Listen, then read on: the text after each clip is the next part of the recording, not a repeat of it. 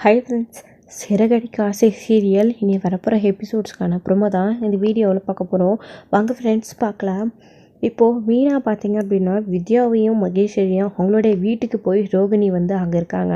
So அவங்கக்கிட்ட வந்து மீனா வந்து பேசுகிறாங்க. இங்கே பாருடி, இதுக்கு மேலே என்னால் யாருக்கிட்டேயும் உண்மையை சொல்லாமல் இருக்க முடியாது. ஒன்று வீட்டில் நீ விஷயத்த சொல்லி, இல்லைன்னு நான் சொல்லிடுவேன். என்னால் என் குடும்பத்துக்கும் என் புருஷனுக்கும் துரோகம் பண்ணிக்கிட்டு இருக்க முடியாது. உனக்காக நான் என் புருஷனையே விட்டுட்டு என் அம்மா வீட்டுக்கு போய் உக்காந்தேன். ஆனால் என் புருஷனோட பாசம் என்னை கட்டுப்படுத்த முடியலை. திரும்பவும் அந்த வீட்டுக்கு என்னை கொண்டு வந்துடுச்சு. ஏன்னா அவர் உண்மையான மனுஷன். உன்ன மாதிரியும் புருஷன்கிட்டையும் மாமியார் மாமனார்கிட்டையும் பொய் சொல்லிக்கிட்டு இருக்கிறவன் நான் கிடையாது. இந்த ஒரு உண்மையை மறைச்சிட்டு இருக்கிறதுக்கே என் உள் மனசு கொஞ்சம் கொஞ்சமாக என்னை கொண்டுக்கிட்டே இருக்குது. இதுக்கு மேலே என்னால் உண்மையை சொல்லாமல் இருக்க முடியாது. இப்போ நீ சொல்ல போறியா, இல்லை நான் சொல்லிடுமா? நீங்கள்லாம் இவங்களுக்கு ஃப்ரெண்ட்ஸ் தானே, சொல்லி அட்வைஸ் பண்ணக்கூடாதா? இவ்வளோ பெரிய விஷயத்த மறைச்சி வச்சிருக்கா, நீங்கள் எல்லாரும் இதுக்கு உடந்தையா அப்படின்னு சொல்லிட்டு அவங்களையும் மீனா தீட்டிக்கிட்டு இருக்காங்க. ரோகிணியையும் கேட்டுட்டு இருக்காங்க. ப்ளீஸ் மீனா, கொஞ்சம் பொறுமையாக இருங்க, கொஞ்சம் டைம் கொடுங்க. கிருஷ்ண வந்துட்டு மனோஜ் ஏற்றுக்கணும், வீட்டில் இருக்கவங்க எல்லாரும் ஏற்றுக்கணும் இல்லையா? அது வரைக்குமாச்சு கொஞ்சம் வெயிட் பண்ணி ஆகணும். மனோஜ் என்னை ஏற்றுக்கிட்டான், அது அடுத்து கிருஷ்ணையும் ஏற்றுக்கிட்டாரு அப்படின்னா கண்டிப்பாக அத்தை சொன்னாலையும் மனோஜ் கேட்க மாட்டான். அந்த ஒரு நிலைமைக்கு வர வரைக்குமாச்சு நீங்கள் கொஞ்சம் பொறுமையாக இருங்க, நானே விஷயத்த வீட்டில் சொல்லிடுறேன் அப்படின்னு. நீ இப்படியே எத்தனை நாளைக்குடி சொல்லிகிட்டு இருக்க போகிற? கிருஷ்ண வேறு ஒரு இடத்துலையும் அதாவது உன் புருஷன் வேறு ஒரு இடத்துலையும் இருந்தால் எப்படி வந்து ரெண்டு பேரையும் சேர்த்து வைக்க முடியும்? அதுக்கு கிருஷ்ணன் நம்ம வீட்டில் தானே இருக்கணும் அப்படின்னு மீனா சொல்கிறாங்க. அதுக்கு எப்படி மீனா முடியும்? நம்ம கிருஷ்ணன் திடீர்னு வீட்டுக்கு எப்படி கூட்டிகிட்டு வர முடியும்? அவளுக்கு அம்மா பாட்டி எல்லாம் இருக்கும்போது வீட்டுக்கு எப்படி நீ வந்து கிருஷ்ண கூட்டிகிட்டு வரலாம் அப்படின்னு அத்தை எல்லாம் கேட்பாங்கல்ல அப்படின்னு சொல்லிட்டு ரோகிணி சொல்கிறாங்க. அப்போது நீ அதெல்லாம் கற்பனையில் உருவாக்கின அம்மா தானே, அது இருந்தால் என்ன இல்லைன்னா என்ன அப்படின்னு மீனா கேட்குறாங்க. இதுலேருந்து ஒரு பாயிண்ட் ரோகிணியை பிடிச்சிக்கிட்டு கரெக்டாக ஐடியா கொடுத்தீங்க மீனா. அம்மானு ஒருத்தவங்க இருந்தால் தானே, பேசாமா கிருஷ்ணோடைய அம்மா இறந்துட்டாங்க அப்படின்னு சொல்லி நம்ம வீட்டுக்கு கூட்டிகிட்டு வந்துடலாமா அப்படின்னு. இனி இன்னும் லூஸ் ஆடி அப்படின்னு சொல்லி மீனா பயங்கர கோவப்பட்டு திட்டிகிட்டு இருக்காங்க. வித்யாவுக்கும் அப்படியே மகேஸ்வரிக்கும் அப்படியே வயிற்றுல புளியை கறிக்குது. என்ன இவ மீனா கிட்டே இப்படியெல்லாம் பேசுகிறா, பெரிய கில்லாடி தான் இவ அப்படின்னு சொல்லிட்டு இங்கே அவங்க நினச்சிட்டு இருக்காங்க. ஏய், என்னடி சொல்கிற நீ? மீனா கிருஷ்ண வீட்டுக்கு கூட்டிகிட்டு வரதுக்கு ஐடியா சொன்னால் நீ என்ன இப்படி சொல்கிற அப்படின்னு சொல்லிட்டு. ஆமாம் மகேஸ்வரி, கிஷோடி அம்மா இறந்துட்டாங்க அப்படின்னு சொல்லி கிருஷ்ண வீட்டுக்கு கூட்டிகிட்டு வந்துடலாம் அது அப்படின்னு. ஏய், அது இறந்துட்டாங்கன்னு சொன்னால் சரி, கிருஷ்ண வீட்டுக்கு நீங்கள் ஏன் கூட்டிகிட்டு வந்தீங்க அப்படின்னா என்ன பதில் சொல்லுவா அப்படின்னு. அதுக்கு தான் என் அம்மாவை வீட்டு சொல்கிறேன். கிருஷ்ணுக்கு மீனாவையும் முத்துவையும் ரொம்ப பிடிக்கும். அதனால் கிருஷ்ண வந்து மீனா கூடயும் முத்துக்கிட்டேயும் இருக்கணும்னு ஆசைப்பட்டான் அப்படின்னு சொல்லி வீட்டுக்கு கூட்டிகிட்டு வந்து என் அம்மா வீட்டில் சொல்கிறான் அப்படின்னு சொல்லிட்டு ரோகிணி சொல்கிறாங்க. இதை கேட்ட உடனே மீனாக்கு அப்படியே வயிற்றுல புளியை கறிக்கிறது. பல்லார்னு ஓங்கி ஒரு அறை விடுறாங்க. என்னடி இந்த தடவையும் என்னையும் என் புருஷனையும் பகட கையை யூஸ் பண்ணலான்னு பார்க்குறேன் அப்படின்னு. ப்ளீஸ் மீனா, இதை விட்டால் எனக்கு வழி தெரியல, ப்ளீஸ் மீனா அப்படின்னு சொல்லி காலில் விழுந்து கெஞ்சுறாங்க. எந்திரடி, உன்னோடைய நடிப்புக்கெல்லாம் நான் வந்து மயங்க மாட்டேன். ஏன்னா நீ அவ்வளோ பெரிய நிறைய நிறைய நிறைய போய் சொல்லியிருக்கடி, உன்னெல்லாம் வந்து நம்பவே மாட்டேன் நான் அப்படின்னு சொல்லிட்டு. ப்ளீஸ் மீனா, இப்படி சொன்னால் கண்டிப்பாக வந்து கிருஷ்ண வீட்டுக்கு வந்துடுவேன். அதுக்கப்புறம் வந்து மனோஜ்க்கும் கிருஷ்க்கும் நிறைய அட்டாச்சு வந்துடும். அதுக்கப்புறம் வீட்டில் இருக்கவங்க எல்லாரும் கொஞ்சம் கொஞ்சமாக கிருஷ்ணை வந்து புரிஞ்சுக்க ஆரம்பிப்பாங்க, ஏற்றுப்பாங்க. கிருஷ்ண நம்ம வீட்லேயே அவனுக்கு போகிறதுக்கு இடம் இல்லாமல் அங்கேயே இருந்தான்னா எல்லாருமே மாறிடுவாங்க. அதுக்கப்புறம் வீட்டில் வந்து விஷயத்த சொல்லிடலாம் அப்படின்னு சொல்லிட்டு பார்க்குறேன். இது உனக்கு ஒரு நல்ல ஒரு வாய்ப்பு. அப்படியாச்சும் கிருஷ் வீட்டுக்கு வந்ததுக்கப்புறமா எப்படி நீ வந்து வீட்டில் விஷயத்த சொல்கிறேன்னு நான் பார்க்குறேன் அப்படின்னு சொல்லிட்டு மீனா சொல்லிட்டு இருக்காங்க ரோஹிணி கிட்ட. அதுக்கப்புறமா மகேஸ்வரியும் வித்யாவும் மீனா கிட்டே பேசுகிறாங்க. அம்மா மீனா, ப்ளீஸ் மீனா, கொஞ்சம் அவளுக்கு வாய்ப்பு கொடுங்க. ரோகிணி இந்த ஒரு விஷயத்தை செய்யணும்னு நினச்சா கண்டிப்பாக செஞ்சு முடிப்பா. அவளை பற்றி நான் சொல்ல வேண்டியது உங்களுக்கு கிடையாது. இப்படி அவள் யோசனை பண்ணியிருக்கா அப்படின்னா கண்டிப்பாக இந்த விஷயத்தை அவள் நடத்தி காட்டுவா. நீங்கள் கோவப்படாமல் இருந்தால் இந்த விஷயத்தை அவள் செஞ்சு முடிச்சிடுவா. உங்கள் பேரை சொல்லி அவள் கிருஷ்ண வீட்டுக்கு கூட்டிகிட்டு வந்துடட்டும், அதுதான் அவங்க அம்மா மூலியமா. அதுக்கப்புறம் எல்லாம் சரியாக போயிடும் மீனா அப்படின்னு அவங்க சொல்கிறாங்க. இதனால் போனால் போகட்டும், கிருஷ்ணுக்காக மட்டுமே மீனா வந்து ஒத்துக்கிட்டு என்னமோ பண்ணி தொலையாட்டும் அப்படின்னு சொல்லிட்டு மீனா கோவப்பட்டு அங்கேருந்து போயிடுறாங்க. அவங்க போனதுக்கப்புறமா மகேஸ்வரியும் மீனா இந்த அளவுக்கு உங்ககிட்ட பொறுமையாக பேசிட்டு வீட்டில் விஷயத்த சொல்லிட்டு போகிறதே பெரிய விஷயம்டி. இங்கே பாரு, நீ சொன்ன மாதிரி எப்படியாச்சும் கிஷோடைய அம்மா கல்யாணி இறந்துட்டாங்க அப்படின்னு சொல்லி உன் அம்மாவை வீட்டை சொல்ல வச்சு எப்படியாச்சும் கிஷ வீட்டுக்குள்ளே கூட்டிகிட்டு போயிட்டு அதுக்கப்புறம் நான் ஒவ்வொன்றா பார்த்துக்கலாம் அப்படின்னு சொல்லிட்டு அவங்களும் அட்வைஸ் பண்ணுறாங்க. அடுத்து அதை தான் பண்ண போகிறேன் அப்படின்னு சொல்லிட்டு அவங்களுடைய அம்மாவுக்கு கூப்பிட்டு விஷயத்த சொல்கிறாங்க. இப்போது நீ வந்து நான் சொல்கிற மாதிரி வீட்டில் வந்து சொல்லணும் அப்படி சொல்லி முத்துக்கிட்டேயும் மீனாக்கிட்டேயும் குழந்தைய ஒப்படைச்சிட்டு போகணும் அப்படின்னு. எப்படிடி திடீர்னு இப்படி வந்து சொன்னால் உங்கள் மாமியார் எப்படி ஏற்றுப்பாங்க? கிறிஷ் ஆல்ரெடி சும்மா மீனாவும் முத்துவும் வீட்டுக்கு கூட்டிகிட்டு வந்தாலே அவங்க வேணான்னு சொல்லுவாங்க.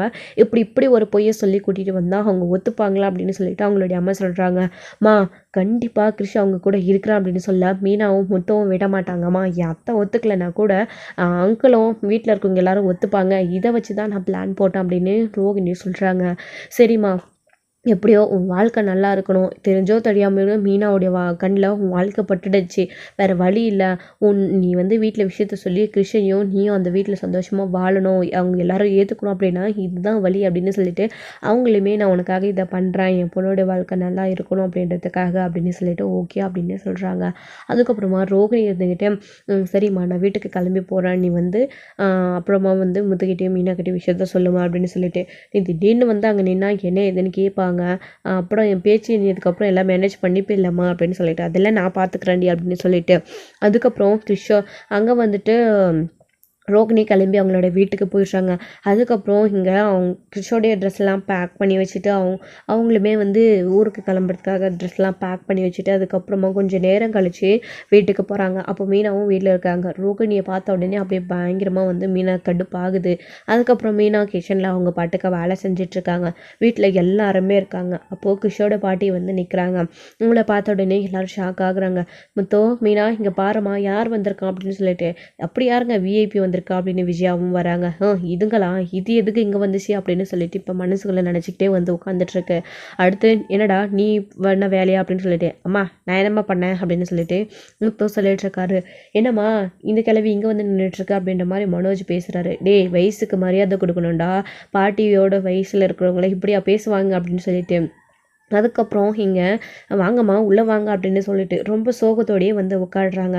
அப்போது என்னம்மா என்னாச்சு, ஏன் இப்படி இருக்கீங்க? உங்கள் பொண்ணு ஊர்லேருந்து வரேன்னு சொல்லியிருந்தாங்க, உடம்பு சரியில்லைன்னு சொல்லியிருந்தீங்களே, என்னாச்சு? அவங்க இன்னும் ஊருக்கு வரலையா? கிறிஷ் எங்கம்மா இருக்காங்க அப்படின்னு சொல்லிட்டு அப்போ தான் கிறிஷ் உள்ளே குடுகுடுன்னு ஓடி வரான். ஸோ ஓடி வந்துட்டு கிறிஷ் எல்லாரும் கூட விளையாடிட்டு இருக்கான். அதுக்கப்புறம் மீனா நீ கொஞ்சம் கிறிஷை வந்து கூட்டிகிட்டு போறியாம்மா அப்படின்னு சொல்லிட்டு. ஏம்மா என்னாச்சு அப்படின்னு சொல்லிட்டு நீ உள்ளே கூட்டிகிட்டு போமா அப்படின்னு சொல்லிட்டு சொல்கிறாங்க. அதுக்கப்புறம் கிறிஷுமே விளையாடிக்கிட்டு நானே வந்து மேலே போகிறேன் அப்படின்னு சொல்லிட்டு அவன் பாட்டுக்கு விளையாடிட்டு கிறிஷ் வந்து போயிடுறான். அப்போது இவங்க இங்கே வந்து உட்காந்த உடனே அழுக ஆரம்பிச்சிடுறாங்க. என்னம்மா என்னாச்சு அப்படின்னு சொல்லிட்டு எல்லாருமே கேட்குறாங்க. மீனா கொஞ்சம் தண்ணி கொடுமா அப்படின்னு கேட்குறாங்க அண்ணாமலை. அதுக்கப்புறம் தண்ணி கொண்டு வந்து கொடுக்குறாங்க. இருக்கட்டும்மா அப்படின்னு சொல்லிட்டு அம்மா குடிங்க, ஏதோ ரொம்ப எமோஷ்னலாக அழுகுறீங்க, என்னாச்சு? அவங்களுக்கு உடம்பு சரியில்லை அப்படின்னு தான் திதிக்கு வர முடியலன்றத சொன்னீங்க, கிறிஷோடைய அம்மா வரல அப்படின்னு சொன்னீங்க தீபாவளிக்கு, இப்போ ஏன் அவங்க வரல, ஏன் அழுக்குறீங்க அப்படின்னு சொல்லிட்டு. இல்லைப்பா என் பொண்ணு கல்யாணி தவறிட்டாப்பா அப்படின்னு சொல்கிறாங்க. இதை கேட்ட உடனே எல்லாருக்குமே ஷாக் ஆகுது. என்னம்மா சொல்கிறீங்க நீங்கள் அப்படின்னு. ஆமாம் அவள் இறந்துட்டா, அவளுக்கு உடம்பு சரியில்லாமல் போயிருந்துச்சு, அங்கேயே ட்ரீட்மெண்ட் பண்ணிக்கிட்டு இங்கே வராமையே இருந்தா, ட்ரீட்மெண்ட் பலனின்றி அவள் வந்து உயிரிழந்துட்டா, அங்கேருந்து தகவல் சொன்னாங்க, என் பொண்ணு இறந்துட்டா, இப்போ தான் எல்லாம் ஃபார்மாலிட்டிஸும் முடிச்சுட்டு வரேன்ப்பா, கிறிஷை விட்டுட்டு போய் தன்னந்தாடியாக இப்போ வந்து அவளும் விட்டுட்டு போயிட்டா, இப்போ நான் என்ன பண்ண போகிறேன்னு தெரியல, கிறிஷை வச்சுக்கிட்டு எங்களுக்கு ரொம்ப கஷ்டமாக இருக்கு அப்படின்னு சொன்ன உடனே எல்லாருமே வந்து மனசை ரொம்ப கஷ்டப்படுறாங்க. என்னம்மா திடீர்னு இப்படி ஒரு விஷயம் சொல்கிறீங்க? இதுக்கு தான் பிள்ளைங்க கூட இருந்து பிள்ளைங்களை நல்லா பார்த்து பிள்ளைங்களை வளர்க்கணும் அப்படின்னு சொல்கிறது. சம்பாதியம் அப்படின்னு கிறிஷை விட்டுட்டு போய் எங்கேயோ வெளிநாட்டில் சம்பாதிக்கிறேன்னு போய் இப்போ உடம்பு சரியில்லாமல் போய் உயிரை விட்டு இப்போது அந்த பிள்ளை அனாதியை நிற்கிது. உண்மையிலேயே யாரும் இல்லாத அனாதியாக ஆயிடுச்சு இப்போ கிறிஷோட நிலமை. அவனோட நிலமையை கடைசி வரைக்கும் யாருமே புரிஞ்சுக்கல அப்படின்னு சொல்லிட்டு முத்துவும் சொல்கிறாங்க. ஸோ மீனாவுக்கு இதெல்லாம் ட்ராமான்றது நல்லாவே தெரியும். ஸோ அவங்க வந்து எதுவுமே பேசலை. அவங்க எப்பயும் போல தான் முகத்தை சோகமாக வச்சுக்கிட்டு ரோகிணியை முறைச்சி பார்த்துட்டு இருக்காங்க. ஸோ வந்து இங்கே ரோகிணியுமே பரவாயில்லையா அம்மா நம்ம சொன்னதை விட பக்காவாக பர்ஃபார்மன்ஸ் பண்ணுறாங்களே அப்படின்னு சொல்லிட்டு மனசுக்குள்ளே நினச்சிட்ருக்காங்க. ஸ்ருதி ரவி இவங்க எல்லாமே கிஷோடைய அம்மா தவறிட்டாங்களா, இப்போது கிறிஷுக்கு வந்து இந்த விஷயம் தெரியுமா அப்படின்னு சொல்லிட்டு முத்து ரவி எல்லாருமே கேட்டுட்ருக்காங்க.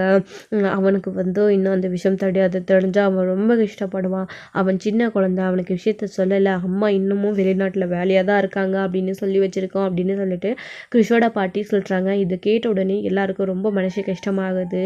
என்னம்மா என்னம்மா இப்படி ஆயிடுச்சு அப்படின்னு சொல்லிட்டு அண்ணாமலை சொல்லிட்டு இருக்காங்க. அப்போ தான் விஜயா இருந்துக்கிட்டு, ஆமாம் உன் பொண்ணு செத்துட்டா அப்படின்னா இப்போ இங்கே வந்து எதுக்கு ஒப்பாரி வச்சுட்டு எங்ககிட்ட இந்த சோக கதையெல்லாம் சொல்லிட்டு இருக்க, இது என்ன நாங்கள் என்ன பண்ண முடியும், என்ன அஞ்சோ பத்தோ வேணுமா அப்படின்ற மாதிரி விஜயா சொல்லிட்டு இருக்காங்க. அப்பா பாருங்கப்பா, அவங்க பொண்ணை இழந்துட்டு அவங்க எவ்வளோ மனசு கஷ்டத்தோடு வந்து இங்கே உட்காந்துட்டு இருக்காங்க, இப்படி பேசிட்டு இருக்காங்க அம்மா அப்படின்னு சொல்லிட்டு முத்து சொல்கிறாரு. அண்ணாமலை இருந்துக்கிட்டு, என்ன விஜயா இதெல்லாம் இப்படி தான் பேசுவீங்களா ஒருத்தர் துக்கத்தில் இருக்கிற போது அப்படின்னு சொல்லிட்டு, அப்போ இன்னும் அவங்க ரொம்ப பயங்கரமாக அழுக ஆரம்பிச்சிடுறாங்க. அப்படியே மீனாவை பார்த்துக்கிட்டே ரொம்ப பயந்துகிட்டே இருக்காங்க. ஸோ மீனாவுக்கு தான் விஷயம் தெரியுமே நம்ம பண்ணுறதில்ல ட்ராமா அப்படின்னு தெரியும் அப்படின்னு சொல்லிட்டு ரொம்ப வருத்தத்திலே வந்திருக்காங்க. ஸோ அப்போ வந்து பார்த்திங்க அப்படின்னா, மா என்னம்மா வேணும் இதுகளுக்கு, இப்போ இங்கே வந்து எதுக்குமா ட்ராமா பண்ணிகிட்ருக்கு, இந்த பையன் கொஞ்ச நாள் நம்ம வீட்டில் இருந்ததுக்கே ஒரு வீடு எப்படியோ இப்போ தலைகையில் மாறி போச்சு, இப்போ திரும்பவும் இங்கே வந்திருக்கான், என்னம்மா அவங்களுக்கு இப்போ என்ன வேணும் அப்படின்னு சொல்லிட்டு இங்கே வந்து எல்லோரும் கேட்டுட்டு இருக்காங்க. என்னம்மா கிறிஷு வந்து அடுத்து நீங்கள் என்ன பண்ணி எப்படி வளர்க்க போகிறீங்க அப்படின்னு சொல்லிட்டு, அதான் எனக்குமே தடையில் நானும் 5-10 கூலி சம்பாதிச்சு வைத்த பொழப்பு பார்த்துட்ருக்கேன். இப்போ அவள் போயிட்டா, அவள் சம்பாதிச்சு கொடுத்த சம்பாதத்துலேருந்து தான் பணத்துலேருந்து தான் கிறிஷை வளர்த்துக்கிட்டு இவ்வளோ நாளாக நான் பார்த்துட்டு அவனை படிக்க வச்சிட்டு இருந்தேன். இப்போ அவளும் இல்லாமல் விட்டுட்டு போயிட்டா, அப்புறம் நான் என்ன பண்ணுறதுன்னே தெரியல. அவள் கிறிஷுக்கணும் எதுவுமே சேர்த்து வைக்காமலும் போயிட்டா, என்ன பண்ணுறதுன்னு எனக்கு தெரியல. ஆனால் கிறிஷ் வந்துட்டு முத்து மாமாவையும் மீனா ஆண்டியையும் பார்க்கணுன்னு அடம் பிடிச்சான். அவன் இவங்க கூட தான் இருக்கணும்னு ஆசைப்படுறான். அதான் நான் இங்கே கூட்டிகிட்டு வந்துட்டேன். நான் உங்ககிட்ட ஒன்று கேட்கலாமா, தப்பாக நினச்சிக்காதீங்க. நானும் இன்னும் எவ்வளோ நாள் உயிரோடு இருக்க போகிறேன்னு தெரியல. காலப்பொருட்காக்கில் அப்படியே நானும் போய் சேர வேண்டியதுதான். நான் போயிட்டா கிறிஷை பார்த்துக்க யாருமே இல்லை, அவனுக்குன்னு யாருமே இல்லை. அதான் கிறிஷை இங்கே விட்டுட்டு போகலான்னு வந்தேன். மீனாவும் முத்துவும் கிறிஷை வளர்க்கட்டுமே அப்படின்ற மாதிரி அவங்க சொல்கிறாங்க. இதை கேட்ட உடனே அப்படி ஷாக் ஆகுது எல்லாருக்குமே. ஆனால் முத்துவுக்கு வந்துட்டு கிருஷ்ணா அவங்க கூட இருக்கிறது பிரச்சனையே இல்லை. முத்து வந்து கண்டிப்பாக தாராளமாக கிருஷ்ணா வந்து கூட வச்சுப்பாங்க. ஸோ இங்கே விஜயாவுக்கு ஷாக்காக இருக்குது. ஏமா உன் பொண்ணு செத்து போயிட்டா நீயும் செத்து போயிடுவா அப்படின்னு சொல்லிட்டு எங்கள் தலையில் அவனை கூட்டிகிட்டு வந்து கட்டலான்னு பார்க்குறியா, அதெல்லாம் முடியாது. 4 நாள் வீட்டில் இருந்ததுக்கே அவன் 4 ஐஸை எடுத்துட்டான். இதுக்கு மேலேயும் அவன் இந்த வீட்டில் இருந்தான் அப்படின்னா எங்கள் யாருக்குமே நல்லதே நடக்காது அப்படின்ற மாதிரி பேசுகிறாங்க. என்ன விஜய் அதெல்லாம், சின்ன பையனை போய் இப்படி பேசிகிட்ருக்க, என்னப்பா முத்து கிருஷி இங்கே இருக்கிறதெல்லாம் உனக்கு சம்மதம் தானே அப்படின்னு. அப்பா எனக்கு முழு சம்மதப்பா அப்படின்னு. யாரை கேட்டு முதல்ல அந்த பையனை இங்கே இந்த வீட்டுக்குள்ளே விடுறீங்க, என்னையும் அம்மாவையும் கேட்கவே இல்லை, உங்கள் இஷ்டத்துக்கு நீங்களே எல்லாம் முடிவே எடுக்கிறீங்க அப்படின்னு சொல்லிட்டு இங்கே வந்து மனோஜ் வந்து சொல்லிட்டு இருக்காரு. இப்போ இங்கே நம்ம அண்ணாமலை இருந்துக்கிட்டு அவன் சின்ன பையன், அவன் இங்கே இருக்கிறதுனால உங்களுக்கெல்லாம் அண்ணன் ஆகிட போகுது, அவன் நம்ம வீட்டில் நம்ம பேரனா வளரட்டுமே, அதுவும் அவனுமே எனக்கு ஒரு பேரன் தானே, நீங்கள் யாருமே இது வரைக்கும் பேர பிள்ளைங்களை பற்றி தரவே இல்லை, அவனாச்சும் இந்த வீட்டுக்குள்ளே சந்தோஷமாக விளையாடிட்டு இருக்கட்டுமே, அவன் இருந்தால் பொழுதுபோக்கே தெரியாது அப்படின்ற மாதிரிலாம் பேசிகிட்டு இருக்காங்க. அதுக்கு இதுதான் ஒரு முடிவாங்க. அதான் ரோகிணிக்கும் இப்போது மனோஜ்க்கும் எல்லாம் முடிஞ்சிடுச்சுல்ல, இன்னும் 10 மாதத்தில் அவங்க ஒரு குழந்தைய நல்லபடியாக பெற்று தருவாங்க. ஒரு நல்ல நியூஸ்க்கு கூடிய சீக்கிரத்துலேயே மனோஜ் சொல்லுவான், என்னங்க உங்களுக்கு அவசரம், அதுக்கு யாரோ பெற்ற பிள்ளைய பேரன்னு சொல்லிக்கிட்டு இந்த வீட்டுக்குள்ளே நீங்கள் வளர்ப்பீங்களா, அதெல்லாம் முடியாது அப்படின்னு சொல்லிட்டு நம்ம விஜயா வந்து சொல்லிகிட்டு இருக்காங்க. அப்புறம் ரோகிணி பார்த்து முறைக்கிறாங்க. மீனாவுமே இருந்துக்கிட்டு, ஆண்டி கிறிஷ் சின்ன பையன் தானே, நம்ம வீட்டிலே இருக்கட்டுமே, கிறிஷ்க்கு யாரும் இல்லை, அவங்க பாட்டியும் வயசாகிடுச்சு, அவங்களும் பார்த்துக்க முடியாதுன்னு சொல்கிறாங்க, பேசாமல் நம்ம வீட்டிலே இருக்கட்டும் அப்படின்னு ரோகிணி சொல்கிறாங்க. இதை கேட்ட உடனே இங்கே இவங்க 2 பேருக்கும் பயங்கர ஷாக், மனோஜுக்கும் விஜயாவுக்கும். என்ன ரோகிணி நீ எப்படி பேசிகிட்டு இருக்க, நீ எப்போ அவங்க பக்கம் கட்சி மாறுன அப்படின்ற மாதிரி. இதில் கட்சி மாறதுக்கு என்ன இருக்குது மனோஜ், உண்மையை தானே நான் சொன்னேன் அப்படின்னு சொல்லிட்டு மகேஸ்வரி ரோகிணி வந்து பேசுகிறாங்க. அப்போ இங்கே வீட்டில் இருக்கிறவங்க எல்லாருமே கிருஷி இங்கே இருக்கட்டும் அப்படின்ற மாதிரி சொல்லிகிட்டு இருக்காங்க. ஸோ கிருஷிங்க இருந்தால் எனக்கு கூட சந்தோஷம் அப்படின்னு ஸ்ருதியும் ரவி சொல்கிறாங்க. அவனுக்கு பாவம் யாருமே இல்லை, அவன் ஆனால் அது ஆகிடக்கூடாது. முத்தோடைய அதாவது ஃப்ளாஷ்பேக் தெரிஞ்சதுக்கப்புறம் நாமளுமே நிறைய வருத்தப்படணும், ஆண்டி எப்படி ஒரு தப்பு பண்ணாங்க, ஸோ கிருஷிக்கு யாரும் இல்லை அப்படின்னு ஒரு நிலமை அந்த மாதிரி வந்துடக்கூடாது. ஏற்கனவே அவங்க அம்மா கூட இல்லைன்ற ஏக்கத்தில் என்னென்னமோ பண்ணாங்க கிருஷி, அதெல்லாம் நமக்கு தெரிஞ்ச விஷயம் தானே. அப்போல்லாம் முதுகு மீனை வந்தானு கிருஷை பார்த்துட்டு இருந்தாங்க. ஸோ இப்போவும் அவங்களுக்கூடவே கிருஷும் வளரட்டுமே அப்படின்ற மாதிரி ஸ்ருதியும் சொல்கிறாங்க. எனக்கு ஓகே அப்படின்னு சொல்லிட்டு ஸ்ருதி சொல்லிட்டு இருக்காங்க. ஸ்ருதி நீ இது என்னம்மா, இதுக்காக போயிட்டு இவங்கள போய் இந்த வீட்டுக்குள்ளே விட முடியுமா அப்படின்ற மாதிரி சொல்லிட்டு இருக்காங்க. ஆண்டி விட்டா என்ன, எங்கேயோ கிறிஷ் வந்து ஜாலியாக விளையாடிட்டு இருக்க போகிறான், அவனால நம்மளுக்கு என்ன பெருசாக செலவாயிட போகுது, அப்படின்னா நீங்கள் எதுவும் பார்த்துக்க வேண்டாம், நானே வேணா கிறிஷை வந்து தத்தெடுத்து வளர்க்குற மாதிரி பார்த்துக்கிறேன் அப்படின்னு சொல்லிட்டு ஸ்ருதியே சொல்கிறாங்க. கிறிஷ் வந்து என்னுடைய பிள்ளை மாதிரி நான் பார்த்துக்கிறேனே, எனக்கு அவனை ரொம்ப பிடிச்சிருக்கு, அவன் சந்தோஷமாக இந்த வீட்டில் எப்படி துள்ளி குளிச்சு விளையாடிட்டு இருக்கான், அவனை நானே படிக்க வச்சு நானே பார்த்துக்கிறேன் அப்படின்ற மாதிரி ஸ்ருதியே வந்து சொல்கிறாங்க. என்ன ரவி உனக்கு ஓகே தானே அப்படின்னு சொல்லிட்டு, இதில் யோசிக்கிறதுக்கு என்ன இருக்குது, கிருஷ்ணா அம்மா கூடவே இருக்கட்டும் அப்படின்னு தான் அவருமே சொல்கிறாரு. ஸோ ஆண்டி உங்களுக்கு எந்த தொல்லையும் செலவும் கொடுக்க மாட்டான், கிருஷ்ணா அங்கே பார்த்துக்குறோம் அப்படின்னு சொல்கிறாங்க. ஸோ வந்து யாரோ வந்து கிருஷுக்கு அம்மா இல்லை அப்பா இல்லை அப்படின்னு தெரிஞ்சதுக்கப்புறமா கிருஷ் ஒரு அனாதை அப்படின்னு சொல்லிட்டு நாங்கள் எல்லாரும் பார்த்துக்கிறோம், நாங்கள் வளர்க்குறோம் அப்படின்னு சொல்கிறாங்க. பெத்தவ எப்படி கல்லூலி மைய மாதிரி நின்று இது எல்லாத்தையும் பார்த்து வேடிக்கை பார்த்துட்டு இருக்கா பாரு. பெத்த பிள்ளையை கண் முன்னாடியே வச்சுக்கிட்டு அம்மா செத்து போயிட்டாங்க அப்படின்னு சொல்லிட்டு அந்த பிள்ளையும் ஏமாற்றி இப்படி வந்து எல்லாரையும் ஏமாற்றிட்டு நாடகம் ஆடிட்டு திரியிறாளே, இவளுக்கெல்லாம் மனசாட்சின்றது ஒன்று இல்லவே இல்லை அப்படின்னு சொல்லிட்டு மீனா இதெல்லாம் பார்த்துக்கிட்டு வந்து ரொம்ப கஷ்டத்தில் இருக்காங்க. அப்போ மீனா இருந்துக்கிட்டு, ஸ்ருதி அவனுக்கு என்ன அம்மா இல்லையா என்ன, உங்கள் அம்மாலாம் எங்கேயும் செத்து போகலை, அவங்கெல்லாம் உயிரோடு தான் இருப்பாங்க, அதான் நாம் எல்லாரும் இருக்கோம்ல அப்படின்னு மீனா சொல்கிறாங்க.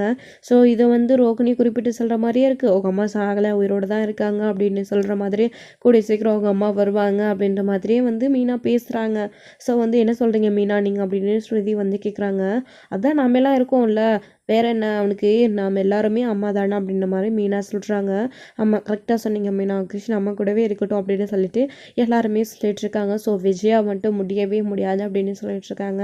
ஸோ இதோட இந்த எபிசோடு வந்து முடிச்சிருக்காங்க. அடுத்தடுத்த எபிசோடில் என்ன நடக்க போகுது, ஸோ கிருஷ் வந்து இங்கே இருக்க போகிறானா இல்லை விஜயா வந்து அவங்கள இங்கே இருக்க விடாமல் தடுக்க போகிறாங்களா, ஸோ ரோகிணி வந்து இங்கே தான் கிருஷை இருக்க வச்சு ஆகணும், ஸோ அதுக்கு வந்து ரோகிணி வந்து என்னெல்லாம் பேச போகிறாங்க, எப்படியெல்லாம் பேசி விஜயாவையும் மனோஜையும் சம்மதிக்க வைக்க போகிறாங்க, ஸோ என்ன நடக்க போகுது அப்படின்றதெல்லாம் வெயிட் பண்ணி நெக்ஸ்ட் வீடியோவில் பார்க்கலாம். Friends thank you. இந்த வீடியோ உங்களுக்கு பிடிச்சிருந்தா லைக் பண்ணுங்கள், ஷேர் பண்ணுங்கள், கமெண்ட் பண்ணுங்கள்.